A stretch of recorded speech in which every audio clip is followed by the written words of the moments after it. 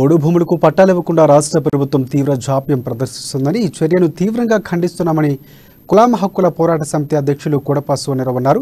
ఆదిలాబాద్ జిల్లా కేంద్రంలోని కంది శ్రీనివాసరెడ్డి క్యాంపు కార్యాలయంలో ఆదివాసీ గిరిజనులతో ఆయన సమావేశమయ్యారు.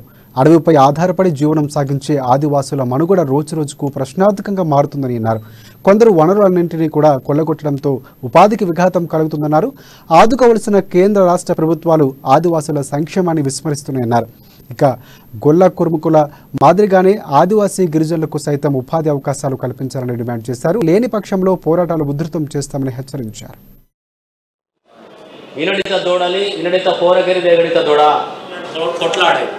అన్నోట మనకు కొట్లాడకండి నేను మద్దతు కాలేదు పూర్తమైతే వర్షం ఊరు 10 మంది కలిసి కూర్చుంటే ఊరు చెప్తాను నేడు పల్లె పురుగు అప్పుడిత విప్ప నేడు అప్పుడిత నేడు దానికి సీరే నేడు కుక్కే కష్టం అయితే కానీ ఊరూరు మా బండికి పావిడి చదువు ఆ నన్నబాబులు మాత్రం మా పోరాటం కష్టం 10 మంది వద్ద కలిసి కలెక్టర్ ఆఫీసు నేడు వేరే కదా. మరి మా ఆదివాసులందరూ కూడా పిలుపుని ఇవ్వడం జరిగింది.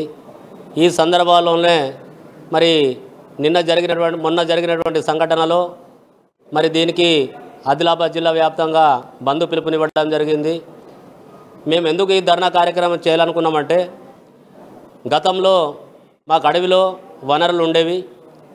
ఆ వనరులు ఇప్పటికి కూడా లేకపోవడం, మరి మాకున్నటువంటి పోడు భూములకు ఉన్నటువంటి పట్టల సమస్య గురించి ఇవాళ మా ఎక్కువ శాతం మా కులం ఆదివాసులు ఏదైతే తడకలు గుల్లలు అల్లి బతికేవారు, మరి అడవిలో దొరికే సంపాదన ద్వారా ఇప్పపు సేకరించి బతికేవాళ్ళు, మరి బీడి